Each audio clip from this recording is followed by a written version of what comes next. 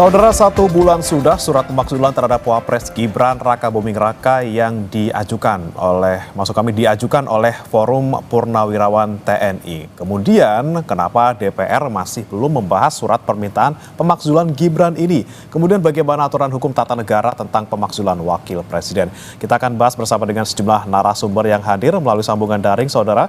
Ada Sekjen DPP Barisan Relawan Jokowi Presiden atau BARA JP, Rely Reagan. Kemudian ada juga pakar hukum tata negara,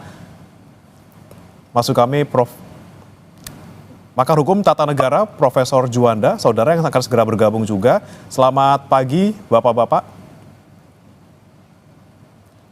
Baik, yang sudah bergabung Mas Rely. Mas Rely, ini Anda melihatnya kemudian sudah 1 bulan ini ya, dari Forum Purnawirawan kirim surat ke DPR, kemudian belum ada tanggapan, bahkan kata Bu Puan ini belum menerima, belum membaca, tapi kalau kata MPR katanya sudah masuk ke Sekretariat Jenderal dan lagi dikaji. Anda melihatnya seperti apa? Ya, tadi perlu saya kan relawan Jokowi ya, dari RJ2 ini. Jadi saya tanggapi persoalan harus sebagai 5 nilai. Oke. Saya rasa yang dilakukan oleh DPR betul. Sekarang ini mereka ini dari PPAR, PPAD, PPAU atau veteran yang perlu kita pertanyakan. Yang kedua, kan sudah jelas itu keputusan KPU dan pelantikan oleh MPR. Urgensi apa terkait surat tersebut? Bagi saya itu nggak ada, nggak penting, udah betul yang dilakukan oleh DPR itu. Pasangan Prabowo Gibran itu sudah sah, ditetapkan oleh MPR, DPR, KPU, dan bahkan melalui keputusan MK terkait gugatan mereka ini juga. Ini kan mereka ini mewakili kelompok mana? Kelompok masyarakat 58% yang memilih Prabowo Gibran, kelompok masyarakat 24% atau 16%. Itu kan bisa kita lihat sama-sama. Ini kan rata-rata yang mengajukan ini semua kan dari kelompok 24 dan 16% itu. Yang nggak semua, tapi itu sebagian kecilnya. Artinya ini nggak ada urgensinya, sudah selesai Pilpres 2024 itu. Kalau memang tidak puas lagi, ikut bertarung 2029. Itu saya rasa yang dilakukan DPR itu sudah betul, sudah sesuai, sudah jelas. Itu ya. Oke, dari DPR memang bukan menolak ataupun bukan bilang bahwa tidak akan membahas, tapi masih belum dibaca gitu, Mas Rely. Kemudian ada juga dibilang oleh Bu Puan bahwa oke, kita akan nanti lakukan mekanismenya seperti itu. Nah, ketika kemudian nanti memang sudah masuk dalam pembacaan di paripurna, kemudian juga sudah dibahas juga oleh 2/3 minimal dari anggota DPR, gimana kemudian Mas Rely melihatnya ketika proses tersebut tetap berjalan ataupun sudah dibahas ataupun dibaca di DPR? Ya, saya nggak mau berandai-andai ya apa yang dilakukan oleh DPR pada hari ini kan. Surat yang masuk ke DPR itu hanya mereka juga dari Forum Purnawirawan yang mendukung Prabowo Gibran juga ada itu. Jadi yang dilakukan DPR tidak menindaklanjuti itu udah betul, nggak perlu juga, nggak penting ditanggapi ini. Suara 300-400 orang ini 90 juta lah yang memilih pasangan Prabowo Gibran. Saya jadi curiga mereka ini membuat surat untuk melayangkan pemakzulan saudara Wapres itu ngerti hukum nggak? Ini kan sudah jelas kan dasar hukumnya harus jelas. Melakukan pemakzulan saudara Gibran itu apa dasar hukum mereka? Kan tidak ada yang dilakukan Wapres itu di luar kebijakan institusi. Presiden melaksanakan pasangan Prabowo Gibran ini sah secara konstitusi, sah ini pasangan sepaket Pak Prabowo sama Gibran. Saya rasa apa ini ya apa yang mereka lakukan ini sudah di luar konstitusi ya. Kita udah lihat putusan ini dari kelompok masyarakat pendukung capres dari pasangan tertentu. Dan ini apa namanya, saya rasa DPR tidak perlu menanggapi lah, banyak kerjaan yang harus diselesaikan lain. Oke. Memang salah satu poin yang disampaikan oleh Forum Purnawirawan ini terkait dengan putusan MK 90 terkait pencalonan Gibran dan juga Prabowo. Kemudian ini memang kan sudah, kita sama-sama tahu sudah legal dan final dan mengikat seperti itu, Mas Relly. Tapi kemudian ketika kemudian sudah ada legitimasi hukum dari majunya ataupun masuknya Gibran menjadi wapres kita, kemudian masih ada legitimasi lain yang dipertanyakan ini soal terkait dengan moral dan juga etika, Mas Relly. Apakah masih relevan menurut Anda? Gak relevan lagi ya. Ini kan kita sudah 8 bulan Pak Prabowo mau jadi presiden sama wapres. Moral dan etika seperti apa? Ini kan berdasarkan persepsi pemikiran mereka. Itu kata saya tadi. Mereka ini berangkat dari pemikiran kelompok masyarakat pemilih yang 58%, 24%, atau 16%. Jadi kalau saya rasa apa namanya, secara undang-undang konstitusi kita ya, ini negara bangsa ya. Jadi kalau kita sudah nggak apa namanya dalam era berdemokrasi sesuai dengan undang konstitusi, apalagi harus dipermasalahkan. Ya kalau kita nggak kalah, udah bertarung lagi 2029. Siapa di antara mereka kelompok yang apa namanya Forum Purnawirawan ini menyalon presiden atau wapres, majulah, kan konstitusi kita memberikan hak ruang itu. Jadi dan mau sampai kapan? Besok ada kelompok lagi, saya umpamanya dengan kelompok saya melakukan hal yang sama, gak ada itu habisnya. Sama aja seperti kepala daerah, bupati, gubernur, ada yang mau menggugat gubernurnya terpilih, selisihnya 100-200 suara, sudah ditetapkan, diputuskan, ya sudah, itu aturan undang-undang. Kalau di luar itu kita mau ini ya udahlah, kita introspeksi diri aja. Oke. Jadi, ada jalurnya ya, Mas Relly ya, kalau misalnya tidak puas, misalnya kita asumsikan mereka tidak puas dengan hasil pemilu yang kemarin, masih ada waktunya nanti di tahun 2029. Oke, kemudian saya sudah mendapat informasi di Prof. Juanda, pakar hukum tata negara, sudah bergabung bersama kami. Selamat pagi, Prof. Juanda. Selamat pagi. Ya, Prof. Juanda. Assalamualaikum. Waalaikumsalam, Prof. Juanda. Di sini ada juga Mas Relly Reagen dari Sekjen BARAJP. Prof. Juanda, saya mau ke Anda nih terkait dengan dari DPR ini belum ada respon nih, walaupun sudah 1 bulan. Kemudian dari Forum Purnawirawan TNI mengirimkan surat terkait dengan pemakzulan Gibran Raka Buming Raka. Anda melihat di sini memang dari DPR-nya sendiri memang sedang sibuk, atau ada alasan lain, atau bukan malah menurut mereka bukan prioritas dalam hal ini? Ya, saya kira dua-duanya bisa diterima. Sibuk, memang DPR sibuk, mungkin reses atau segala macam, saya kira tidak tahu. Ya, argumentasi seperti itu bisa diterima kalau memang benar-benar sibuk.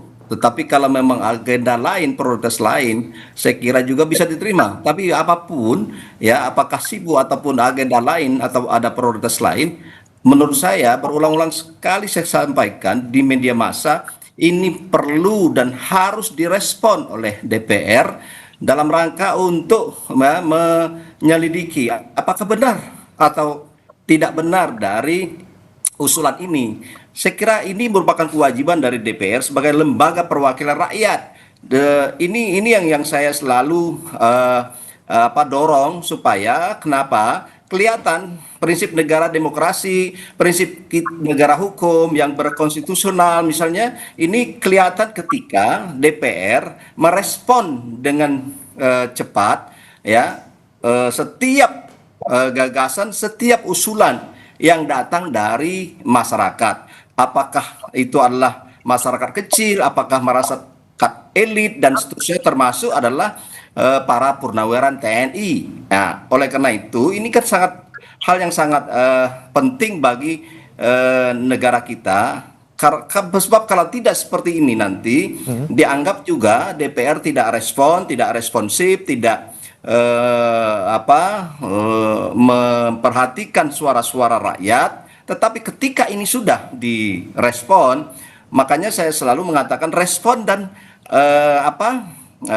panggil para purnawirawannya, kemudian ditanya ya sejauh mana argumentasi hukum yang bisa dibuktikan atau setidaknya disampaikan oleh para purnawirawan ini ketika ini sudah diproses, apakah melalui fraksi-fraksi, apakah melalui komisi, apakah melalui pansus, kalau memang ini bila perlu penting misalnya demi untuk menyelidiki kebenaran dari apa yang disampaikan oleh purnawirawan ini, maka setelah itu direspon melalui diskusi, melalui pemanggilan para purnawirawan, maka disitulah kelihatan nanti bisa dipertanggungjawabkan secara politik maupun secara hukum kepada rakyat Indonesia bahwa DPR sudah merespon. Nah, ketika ini direspon ternyata tidak terbukti, maka si para pengusul itu juga bisa mungkin menyadari, mengevaluasi apa yang kekurangannya, apa yang lemahnya. Tetapi ketika ini direspon ternyata terbukti, maka ini masih panjang ya proses mekanisme untuk melakukan pemakzulan itu. Nah, bisa politik, kemudian masuk ke dalam ranah hukum di Mahkamah Konstitusi, terus masuk ke DPR lagi, masuk ke MPR lagi. Ini masih panjang. Paling tidak kita mendorong supaya ini direspon. Oke, paling tidak respon terlebih dahulu ya, Prof. Juanda. Tapi kalau kita tadi dari Prof. Juanda bilang prosesnya sangat panjang. Ini bahkan untuk direspon saja mungkin banyak juga rintangannya seperti itu. Dari mulai mungkin dari anggota DPR-nya dengan fraksi yang mungkin dominasinya adalah dari partai-partai Kim Plus gitu ya. Ini bagaimana kemungkinan Anda melihat ke depannya? Apakah memang peluang dari usulan Purnawirawan TNI ini cukup besar ataupun justru malah terlalu banyak rintangan dan juga halangan ini sampai nanti akhirnya diputuskan oleh MPR seperti itu? Jadi pertama saya ingin sampaikan bahwa dalam koridor hukum di pasal 7A dan 7B, 7A itu kriteria ya untuk memakzulkan seorang presiden atau wakil presiden. Ya, ada 6 syarat di situ. Saya kira sudah beberapa kali kita sampaikan ya bahwa satu adalah memang adalah pelanggaran hukum ya. Terus di dalam pelanggaran hukum itu kriterianya pengkhianatan terhadap negara, korupsi, ya, suap, kemudian tindak pidana berat lainnya, perbuatan tercela, dan tidak memenuhi syarat lagi menjadi presiden atau wakil presiden. Nah, ketika 6 ini memenuhi syarat, nah inilah yang kita inginkan supaya DPR merespon, melihat apakah ada 6 ini, dari 6 ini bisa dijadikan sebagai alasan misalnya. Nah, kemudian baru masuk ke dalam persoalan politik. Katakanlah ini 6 ini memenuhi syarat, tetapi memang di dalam konteks praktek politik di Indonesia itu tergantung para elit politik di DPR. Apakah memang mau? Misalnya kalau memang beralasan, ya tergantung pada para elit politik. Tetapi kalaupun tidak terbukti atau tidak dilengkapi dengan data-data akurat dari 6 persyaratan tadi, ya kita menghadapi tembok besar politik yang kita tahu ya bahwa ada 8 fraksi di situ, dan saya lihat secara kasat mata hanya 1 fraksi yang tentu bukan adalah fraksinya partai pemerintah. Nah, kalau ini dikalkulasi secara politik ya, ini tergantung pada kesepakatan dan pikiran-pikiran sikap politik dari 7 fraksi yang ada. Ketika 7 fraksi yang ada misalnya menginginkan, itu sangat mudah sekali. Tetapi ketika 7 fraksi ini ya tentu adalah berdasarkan fakta-fakta hukum tadi tidak memenuhi syarat, dan mereka secara politik tidak menginginkan ini bergulir ke lebih lanjut, saya kira ini sangat sulit untuk diproses lebih lanjut. Oke, agak sulit terkait dengan hal ini. Kemudian saya mau ke Mas Relly lagi. Mas Relly, ini kan juga ada narasi bahwa kemudian dorongan pemakzulan Gibran ini muncul karena ada dorongan dari pihak-pihak tertentu yang tentunya tadi Anda sebutkan bahwa bisa untuk memecah belah, kemudian juga bisa kontraproduksi terhadap apa yang dilakukan pemerintah sekarang. Anda melihatnya seberapa besar upaya itu yang sekarang terjadi sampai akhirnya saat ini dari pihak Purnawirawan TNI kemudian kembali memberikan pernyataan ketika mereka tidak direspon suratnya? Ya, saya rasa biasa aja ya. Apa namanya, suara pedagang, petani, suara apa namanya, itu sama aja. Dia memilih saudara Prabowo Gibran. Gak repot kami menghadirkan 1 juta orang Israel. Ya, saya ingatkan, jangan ngarang-ngarang lah. Nanti akan lebih besar dampaknya.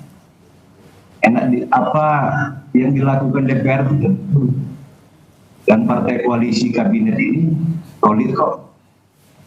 Jadi kalau ada apa upaya-upaya itu ya jangan jadi masalah lah. Ya, saya nggak mau berandai-andai. Lihat aja nanti. Oke, let's see seperti apa yang nanti prosesnya, apakah lanjut apa enggak gitu ya Mas Relly ya. Kemudian saya kembali ke Prof. Juanda. Prof. Juanda, kita lihat juga bahwa kondisi di DPR sekarang mereka bilang katanya lagi sibuk, banyak yang harus diurusi, kemudian ngurusin soal revisi undang-undang juga banyak yang kemudian masih ngantri gitu ya. Kemudian kalau kita lihat mekanisme di DPR sendiri, Prof. Juanda, ketika ada usulan dari masyarakat ataupun pihak-pihak tertentu, apakah semuanya benar-benar harus dibaca tanpa terkecuali, ataukah mereka juga punya skala prioritas yang kira-kira yang mana dulu yang akan dibahas gitu ya? Tapi kita akan bahas Bapak-Bapak dalam dialog Sapa Indonesia Pagi usai jeda. Tetap bersama kami.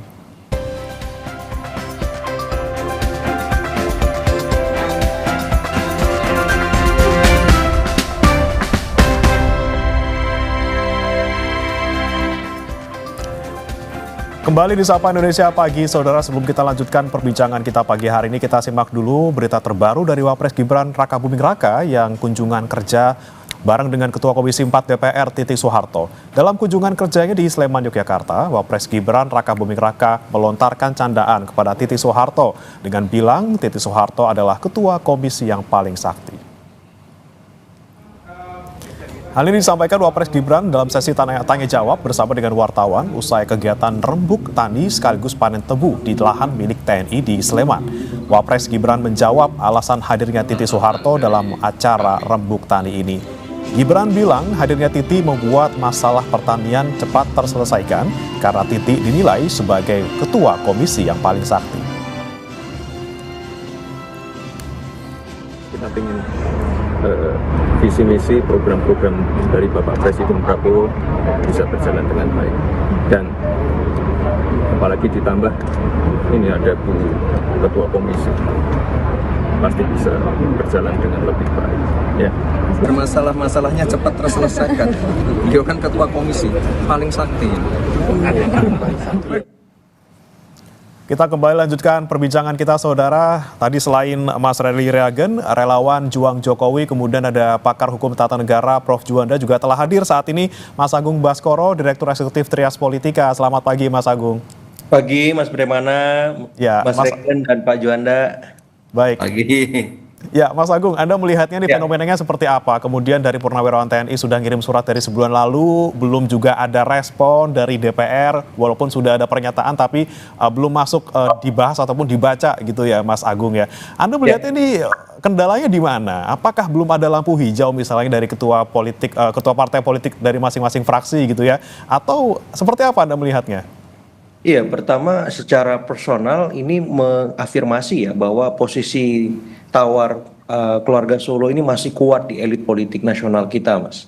Sehingga political will dari para petinggi-petinggi partai ini menjadi minimalis, karena sampai hari ini ya surat dari para purnawirawan itu tidak ditindaklanjuti lebih maksimal ya. Jadi sebatas masuk saja, dibacakan pun saya lihat tidak semacam itu. Nah, yang kedua memang harus diakui bahwa secara institusional DPR ini kan dikuasai oleh Kim Plus ya, yang secara hegemonik itu ya kita harus hitung 81% itu memang suara mayoritas yang sangat solid kuat ya. Jadi dalam artian koalisi ini memang masih dalam tanda petik kokoh gitu. Dan kita tidak tahu karena saya melihat koalisi ini kan dinamis kalau dalam konteks politik nasional kita ya. Diuji saat jelang pemilihan biasanya baru terlihat riak-riaknya ya, pasang surutnya. Tapi kalau sekarang ya masih solid wajar karena pemerintahan baru bergulir dia tidak kurang 8 bulan. Jadi semuanya masih terkonsolidasi, terkondisikan sehingga ya surat pemakzulan dari Purnawirawan ini untuk sementara layu sebelum berkembang, Mas Premana. Ya, tapi bisa jadi saya sampaikan juga ini bisa alon-alon waton kelakon. Kalau sudah jadi ya 2027, 2028, nah itu bisa jadi surat ini dibangkitkan lagi dari kematian surinya. Seperti itu sebagai pengantar, Mas Premana. Oke, tapi Mas Agung, kalau Anda melihat peluangnya, misalnya kita melihat ada nih kasakusuk di belakang yang menyebut bahwa sebenarnya ada dukungan juga ini dari partai-partai pendukung pemerintah gitu ya. Ini kusakusuk ya Mas ya, ini informasinya juga tidak bisa dipertanggungjawabkan. Tapi kemudian kalau Anda melihat ada logika, misalnya oke, karena sekarang approval rating dari pasangan Prabowo Gibran ini kemudian tidak terlalu memuaskan, mungkin karena salah satunya asumsinya adalah karena ada sosok Gibran di sana. Kemudian ada upaya misalnya untuk dalam tanda kutip memakzulkan Gibran agar approval rating dari Pak Prabowo ini naik seperti itu. Apakah kemudian ini bisa menjadi salah satu peluang bahwa pemakzulan ini bisa berjalan ke depannya? Ya, saya kira pemakzulan ini sebenarnya hanya tujuan antara, Mas Premana ya. Jadi tujuan besarnya saya melihat untuk memisahkan keluarga Solo dengan keluarga Hambalang. Ya, saya melihat ke arah sana karena memang ada fakta-fakta historik di mana belum ada wapres yang terpilih untuk kedua kalinya ya. Nanti silahkan koreksi saya dalam sistem politik kita sehingga cara paling soft dan smooth itu ya dengan pola-pola semacam ini. Ya, ya kita tahu keluarga Solo beberapa waktu terakhir mendapat ya serangan bertubi-tubi dari segala lini. Ya dari Pak Jokowinya, Mas Gibrannya, Mas Bobinya dan hal-hal lain yang mengikuti semacam itu dan saya melihat tujuan akhirnya sih gimana caranya supaya ya istilahnya kedekatan kemesraan antara keluarga Solo dengan keluarga Hambalang ini pelan-pelan masuk dalam konteks balance of power dengan keluarga Cikeas, dengan keluarga Teguh Umar, dengan keluarga-keluarga presiden yang lain sehingga tidak ada kecenderungan condong kepada salah satu keluarga saja. Ya sampai pada satu momen ya sudah ini netral ya ketika nanti Pilpres 2029 Pak Prabowo lebih objektif melihat siapa pendamping yang paling pas, paling pantas untuk mendampinginya. Yang kedua memang tidak bisa dimungkiri bahwa konstelasi isu pemakzulan ini untuk saat ini saya kira masih terlalu cepat ya atau terlalu dini gitu karena memang biasanya dalam konteks historik lagi dan lagi berkelindan dengan fakta-fakta ekonomis dan fakta-fakta sosiologis. Saya ambil contoh misalkan dalam momen Pak Soekarno waktu itu ada momen ekonomis ya, kemudian momen politis berkelindan di sana. Nah, Pak Harto juga ada momen ekonomis di sana berkelindan dengan momen politis ya. Artinya apa? Momen pemakzulan yang politis ini harus berkelindan. Ya apakah dengan momen ekonomis atau momen sosiologis atau politis semacam itu. Jadi kalau hanya momen politis saja yang dipush, ya saya kira pemakzulannya akan sangat sulit terjadi gitu. Karena kita tahu tadi ya secara politis, secara kuantitatif itu masih kokoh, secara kualitatif juga mengikuti ya tidak ada ekstremitas situasi politik, sosial, ekonomi dan hal lain yang muncul hari ini dan saya kira ya ini perlu ikhtiar lebih dari teman-teman Purnawirawan ya dalam artian yang lebih konstruktif misalkan kritik terbesarnya kan soal kinerja ya sudah fokus di sana memonitoring mengevaluasi misalkan hari ini Mas Gibran ditugaskan di Papua ya nah gimana caranya forum Purnawirawan ini secara substantif mengawal itu ya supaya apa orientasinya tidak pemakzulan karena kan pemakzulan ini sebenarnya 1 poin dari 8 poin yang diajukan kan semacam itu. Jadi kalau misalkan hanya fokus ke poin itu saya kira juga kurang pas dalam konteks sekarang semacam itu. Apalagi Mas Gibrannya sudah diberikan porsi kerja yang jelas ya Papua atau kemarin ada lapor Mas Wapres misalkan. Itu juga dikawal supaya apa? Supaya ujungnya jelas karena komplain selama ini kan publik menanti laporannya ditindaklanjuti atau tidak, terus masalah-masalah yang sudah disampaikan apakah akan diselesaikan. Hal-hal semacam itu penting supaya apa Mas Gibran ini juga punya legacy yang kokoh ya sebagaimana wapres-wapres yang selama ini pernah memimpin Indonesia. Mungkin seperti itu Mas. Oke, baik. Sebelum nanti saya tanyakan kembali terkait dengan Gibran ke Mas Agung, saya coba mau ke Mas Rally dulu. Mas Rally, ini kan salah satu kemudian pemicu adanya usulan pemaksulan Gibran ini kemudian adanya kritik-kritik dari publik gitu ya, baik secara online maupun offline gitu. Banyak yang bilang bahwa ini bikin pidato aja nggak bisa gitu kan. Kemudian ada kritik-kritik, banyaklah kritik yang kita dengar di media sosial maupun di media konvensional seperti itu, Mas Rally. Anda menyikapinya seperti apa? Kemudian agar jangan sampai kemudian kritik-kritik ini menjadi satu penghalang bagi Mas Gibran untuk tetap maju sebagai wapres melanjutkan selama 5 tahun ke depan. Saya rasa kalau kritik dari masyarakat itu sah-sah saja ya. Nah, ini di era demokrasi kita, apalagi dengan jumlah masyarakat dari muda sendiri. Apa yang dilakukan kritik saran itu saya rasa bagus saja. Artinya kalau kita bicara masalah kritik kan di debat capres cawapres pasangan Prabowo Gibran dengan 3 paslon itu kan sudah terjawab ya. Debat itu kan langsung dilakukan ya di semua media, dan saudara wapres Pak Gibran tahu diri ya sebagai wapres, dia memposisikan diri sebagai wapres bagaimana wapres sebelumnya ada Pak Ma'ruf Amin ya, ada wapres yang di mana opsinya sudah jelas bahwa wapres itu sifatnya membantu presiden ya, sebagai orang tua ya. Nah, hal apa yang disampaikan tadi saya rasa kalau ada kritik saran ya bagus, karena saran itu kritik ya buat saudara Gibran.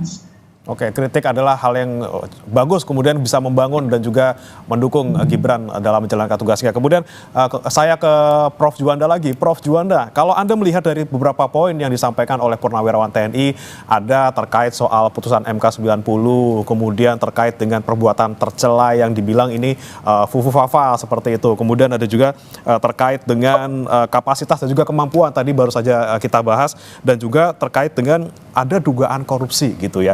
Anda melihat ketika ada usulan tersebut, mana yang bisa menjadi pintu masuk dari Purnawirawan TNI untuk bisa nanti tembus ke MK sampai akhirnya nanti di MPR diputuskan? Ya, saya kira semua bisa jadi pintu masuk dari 6 persyaratan sepanjang memang bisa dibuktikan atau meyakinkan. Ya, sekarang ini Purnawirawan TNI ini di samping bisa membuktikan harus meyakinkan DPR ya. Nah, kenapa saya katakan itu? Ya tentu yakinkanlah DPR kalau memang mau diproses, tapi paling tidak memang ya sebelum diyakinkan tentu DPR yang saya sampaikan tadi panggil mereka. Nah, terus kalau kita lihat dari sisi pintu masuk tadi, makanya saya katakan pintu masuk manapun, misalnya tidak memenuhi syarat lagi, apakah Gibran sakit misalnya, atau apa misalnya, itu bisa sakit permanen, tapi ternyata tidak misalnya, atau misalnya pupu papa itu sendiri sebenarnya bisa juga sebagai pintu masuk, tapi buktikan. Kalau saya bicara soal pupu papa sebagai orang hukum, saya concern dengan hukumnya. Ketika pupu papa ini ya bergulir, maka menurut saya perlu dibuktikan dulu melalui sebuah proses pengadilan. Pengadilan artinya ketika ini sudah bisa dibuktikan benar pupu papa inilah dilakukan dan isinya adalah Mas Gibran, dan dengan sebuah putusan hukum yang tetap baru bisa masuk gitu loh. Nah, tapi kalau hanya pupu papa tapi tanpa didasarkan pada aspek-aspek hukum yang kuat, menurut saya tetap concern itu tidak bisa, karena nanti menjadi negara kita negara ngawur kalau kita ya hanya berdasarkan pandangan, pendapat, dan non hukum, tetapi harus semuanya berdasarkan hukum. Ya, Prof. Kenapa Juanda, berdasarkan hukum? maaf saya memang potong dulu, Prof. pengadilan Juanda. lah. Kita Bagaimana? fokus tadi ke soal Fufufa, misalnya sudah ada sidang, kemudian dibuktikan ternyata memang 100% itu dilakukan oleh Gibran Rakabuming Raka di masa lalu. Apakah kemudian kalau menurut pasal 7A, 7B Undang-Undang 1945, apakah perbuatan tercela dalam tanda kutip yang dilakukan oleh Gibran di masa lalu sebelum dia menjadi Wapres ini bisa menjadi alat untuk dalam tanda kutip ini memakzulkan Gibran? Ya bisa kalau itu urusan pidana ya. Kalau urusan pidana saya kira tidak ada namanya pidana itu misalnya karena masa lalu. Nah kebetulan misalnya seseorang itu menjadi wapres, tetapi waktu itu misalnya dia tidak menjadi wapres, tetapi dalam posisi orang biasa atau pejabat yang lain pada posisi jabatan yang lain, tetapi diproses secara hukum ternyata terbukti, maka persoalan hukumnya kan yang terbukti sekarang bahwa yang bersangkutan adalah pernah dinyatakan melakukan tindak pidana berdasarkan putusan pengadilan yang berkekuatan hukum tetap misalnya. Dan ini masih bisa, tetapi dalam konteks ya hukum administrasi itu tidak bisa. Seperti misalnya putusan MK. Putusan MK itu sudah selesai. Secara formil ya sudah selesai. Menurut saya dalam konteks hukum tata negara, ketika itu sudah diputuskan oleh pengadilan dan itu sudah dilantik, beliau itu sudah jadi presiden dan wapres, maka saya kira ini tidak bisa dijadikan alasan argumentasi ya. Putusan MK pun soal pelanggaran etik oleh Anwar Usman juga tidak bisa sebenarnya untuk jadi senjata ya, Prof. Yang dijadikan itu kan untuk Pak Usman ya, bukan untuk Pak Gibrannya, walaupun ada kaitan dengan Gibran misalnya. Nah kita harus melihat ini secara proporsional dengan kacamata yang jernih, dengan satu pikiran-pikiran hukum yang objektif. Nah apakah mungkin misalnya katakanlah sekarang pertanggungjawaban yang dilakukan oleh Usman itu dipertanggungjawabkan kepada Gibran misalnya, atau dipertanggungjawabkan kepada Mas Baskoro misalnya, kan tidak logik secara hukum. Nah, tetapi kalau misalnya ada kaitan di situ benar menyatakan bahwa yang melanggar itu adalah katakanlah Mas Gibran itu dinyatakan diskualifikasi, maka tentu itu kan tidak mungkin dilantik menjadi wapres. Nah, terlepas dari apakah itu adalah terkena ada pelanggaran etik, tetapi secara hukum yang kita lihat bahwa beliau ini sudah diputuskan, walaupun ini ada dissenting opinion dalam proses mengambil putusan MK dulu ada 5-4 misalnya, tetapi 5 menyatakan bahwa itu dia memenuhi syarat misalnya, atau tidak ada pelanggaran. Nah, persoalannya memang adalah kalau ada masih secara material ada hal-hal yang berpendapat bahwa ini sebenarnya tidak sah, itu kan memang boleh-boleh saja, tetapi secara hukum ketika itu sudah diputuskan dan ternyata sudah dilantik, saya pikir dan saya nyatakan tidak bisa diangkat menjadi sebuah argumentasi hukum dalam rangka pemakzulan ini. Berarti poin-poin yang di putusan MK 90 pun ketika sampai ke MK nanti akan mental juga gitu ya, Prof ya? Ya, oke. Benar, karena ini sudah selesai ya. Udah selesai ini barang ya, sudah inkrah dia, sudah akibat hukumnya sudah selesai. Selesainya apa? Karena sudah dinyatakan bahwa Pak Prabowo dan Gibran adalah presiden yang sah, dan akibat dari itu maka dia dilantik. Nah, ketika itu sudah dilantik terus sekarang mau digugat lagi, saya kira tidak lagi tepat secara hukum ya, yang saya pahami begitu. Tetapi kalau soal pidananya itu masih memungkinkan sepanjang memang sudah dilakukan melalui proses hukum yang benar dan sudah mempunyai kekuatan hukum yang tetap. Saya kira makanya saya sampaikan tadi semua itu masih berpeluang asal ada ya bukti-bukti hukum dengan putusan pengadilan.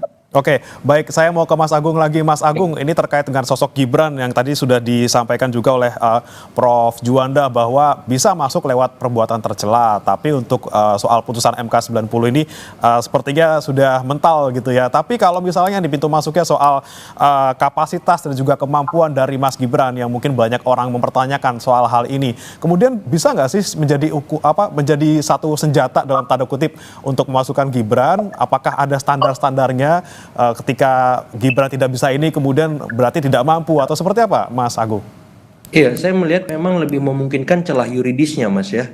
Sebagaimana pernah terjadi di masa almarhum Pak Gus Dur ya. Jadi celah yuridis di mana waktu itu kalau saya nggak salah Pak Gus Dur itu ada problem di Bulog Gate yang walaupun tidak terbukti akhirnya. Jadi celah yuridis Mas Gibran ini kan tadi ada banyak ya. Soal dugaan fufu-fafa, soal dugaan korupsi dan seterusnya. Jadi saya melihat kalau memang elit kita serius menindaklanjuti itu ya sebenarnya bisa, tapi kalau will-nya ya, political will-nya belum muncul, belum ada, dan memang keluarga Solo ini kuat, ya ini lagi dan lagi, layu sebelum berkembang. Tapi begini, saya melihat memang tidak bisa dilepaskan juga, ini kaitannya dengan 2029. Saya merasa bahwa isu ini memang masih terlalu dini mencuat, sehingga pun kalau memang akan istilahnya munculkan kembali, momen itu bisa jadi akan kita lihat jelang pemilihan semacam itu. Jadi mekanisme yang apapun ada hari ini mungkin tidak akan dioptimalkan oleh para elit kita karena memang tidak ada situasi ekstrim yang muncul, Mas Bremana. Jadi saya lihat memang ini perlu ada semacam dorongan kuat. Kalau misal itu tidak mengemuka dan hanya sebatas ya tindakan atau tekanan dari para purnawirawan murni, saya kira ini justru akan semakin kontraproduktif. Apalagi kemarin sempat ada arahan dari para purnawirawan untuk memaksa ini ya dengan arahan yang ya kurang populis lah seperti itu, dan harapannya ini bisa dipertimbangkan kembali karena justru akan menimbulkan antipati dan membuat publik memunculkan sentimen-sentimen negatif seperti itu. Nah,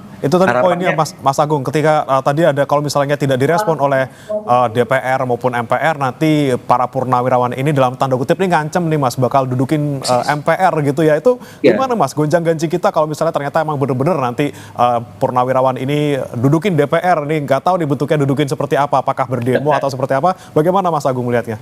Ya, cara menduduki paling baik kan ngajak ngopi-ngopi ketua-ketua fraksi, ketua-ketua umum partai, ngomong dari hati ke hati kenapa sih masalah ini terus dibicarakan oleh mereka. Saya kira itu lebih baik, dan itu yang memang diakomodir oleh sistem politik dan hukum kita ya. Dan itu saya belum lihat dari para purnawirawan ini untuk ngobrol dari hati ke hati ke seluruh partai politik yang eksis di negeri ini, baik yang parlemen maupun non parlemen. Itu dulu dilakukan. Jangan mengancam, jangan mengintimidasi, jangan memaksa, karena itu membuat arahan dari para purnawirawan ini semakin kurang kurang pas di mata masyarakat kita. Karena ada beberapa survei yang saya lihat, walaupun sebagian besar masyarakat mengikuti isu pemakzulan ini, tapi masih banyak yang belum sepakat, Mas Bremana ya. Jadi maksud saya coba ini diarahkan secara perlahan-lahan saja.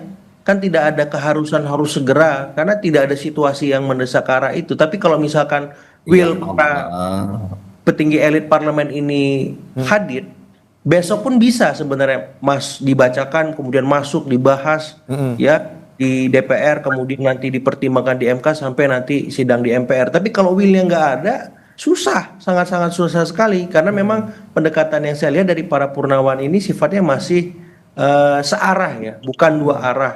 Dalam artian ada 8 tuntutan, yang paling disorot ini pemakzulan saja, padahal ada banyak poin-poin krusial lain yang saya kira itu menarik dan bisa kita elaborasi. Misalkan ada arahan untuk mereshuffle menteri yang kurang maksimal kerjanya, walaupun di belakangnya yang terafiliasi dengan keluarga Solo khususnya semacam itu kan nggak perlu misalkan. Ya udah, kalau menteri nggak maksimal kerjanya ya purnawirawan ini mengendorse reshuffle biar bidang-bidang terkait maksimal seperti itu. Oke, mungkin ada reshuffle, ada yang lain, tapi yang paling utama tetap yang soal pemakzulan ya Mas ya. Dan mungkin kalau dari tadi pemaparan Anda sebenarnya dari purnawirawan TNI bisa ambil jalan samping gitu ya, tidak hanya lewat DPR kemudian tuntut untuk membahas, tapi juga bisa deketin dulu lah partai politiknya, karena kalau soal hukum sudah mentok misalnya, tapi ini kan masih ada celah politis di sebelah sana gitu ya Mas Agung ya. Betul. Agar forum ini strategis, forum purnawirawan ini tidak dipandang hanya politis saja ya, bahwa mereka memang benar-benar punya niat tulus untuk mengawal Republik baik dalam sosok dalam konteks kinerja maupun atau begini Mas Mas, Prof, singkat saja Prof. Atau begini ya, sebaliknya partai-partai itu memanggil bisa juga itu Pak. Bisa juga itu karena mereka lebih senior kan. Iya, panggil dong. Nah, siapa tahu nemu gitu ya. Nemu kepentingan yang sama, siapa tahu dari itu yang dituntut dari fraksi sebagai fungsi dari partai politik ya, Saya kira Betul, gitu, betul. jalankan gitu. Baik, Atau baik. sebagai di praksi-praksi di DPR. Oke, baik. Kita nantikan saja bagaimana kemudian sikap DPR, apakah nanti akan lanjut sampai ke MK ataupun nanti kembali lagi ke MPR atau mandek saja hanya di DPR bahkan tidak dibaca, tidak dibahas. Kita nantikan saja bagaimana nanti dinamikanya. Terima kasih Mas Agung Baskoro, Prof Juanda dan juga Mas Rally Reagan sudah bergabung bersama kami di Sapa Indonesia Pagi. Selamat pagi. Waalaikumsalam. Pagi, Waalaikumsalam. Dan saudara jangan